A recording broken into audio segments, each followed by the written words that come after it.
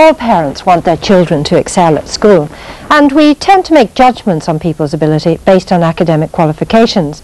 But have you ever wondered what it would be like to have a truly gifted child? Tessa Barrett has 3 gifted children, Dina, Sean and Joanna. And with them is Bertie Sterling from the Belfast branch of the National Association for Gifted Children. Let me ask you first of all, Tessa, who says your children are gifted? Normally an educational psychologist can say that your child is gifted by giving him an IQ test, but before that you'd normally have worked out yourself that your child is gifted. What are the little things that you noticed about the children? Well, they reach milestones very, very early. Normal milestones like speaking early, walking extremely early, learning to read at a very early age, teaching themselves, that is, not by me sitting down saying this is the way you do it. They will ask you what does that word mean and take it from there. Is that a very exciting thing to realise that your child is gifted? It is at first, but it doesn't last for very long. Why is that? Because there are an awful lot of problems, especially once they start school, trying to convince teachers and headmasters in particular that you really have a truly gifted child.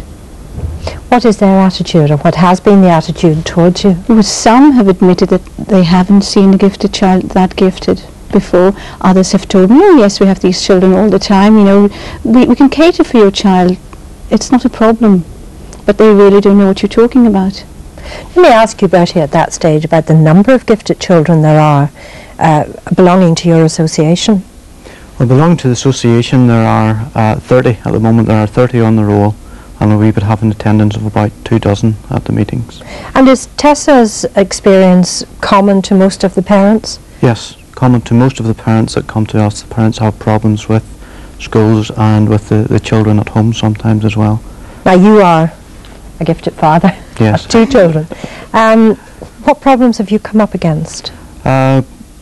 Problems of allowing the child or getting a system to allow the child to move at the speed that it can move from the schools. That means going up through the classes as their ability dictates. Yes. No, although we wouldn't advocate them going through the classes because this takes them out of their own social area. Does that throw up problems then? That throws up almost bigger problems. It's allowing the child to move but keeping it with its own peers, and that presents a lot of difficulties both for schools and for the children and for the parents. Tessa, what about facilities? Do you feel in Northern Ireland there are facilities to help gifted children to attain 100% of their potential?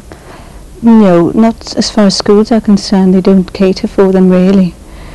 There is the NAGC, but that's an after-school activity on a Saturday. But as far as schools generally are concerned, no. So what is the answer? Because you're sitting there with such potential, and of course we don't want to waste it. What would your message be tonight?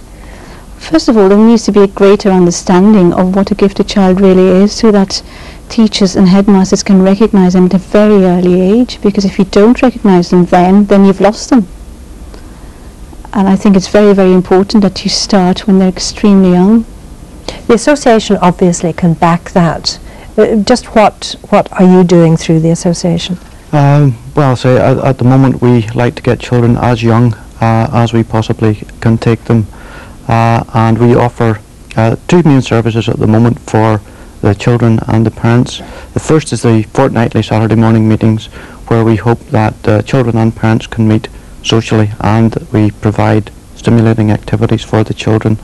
Also, we provide a very good counsellor service. We have a very highly trained and experienced counsellor who will talk to parents mainly to try and work out the problems that each one personally has. Mm-hmm. But as you were saying, the social side of life is one that's got to have a lot of concentration. Yes, the parents have to really get in there and work out the path for the children, and to say when they meet our educational system, then it's got to work with the parents basically. Thinking long term, Bertie, and beyond school days, what's likely to happen to gifted children in Northern Ireland, or what has been happening to them? Well, there must be a lot of gifted children who basically may be termed above the average, etc.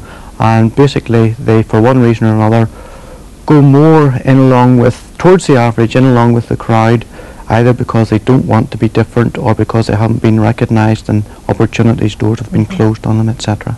Well, we'd be happy to put information about your association on our fact sheet. Thank you very much indeed. Thank you, children. Thank you, Tessa.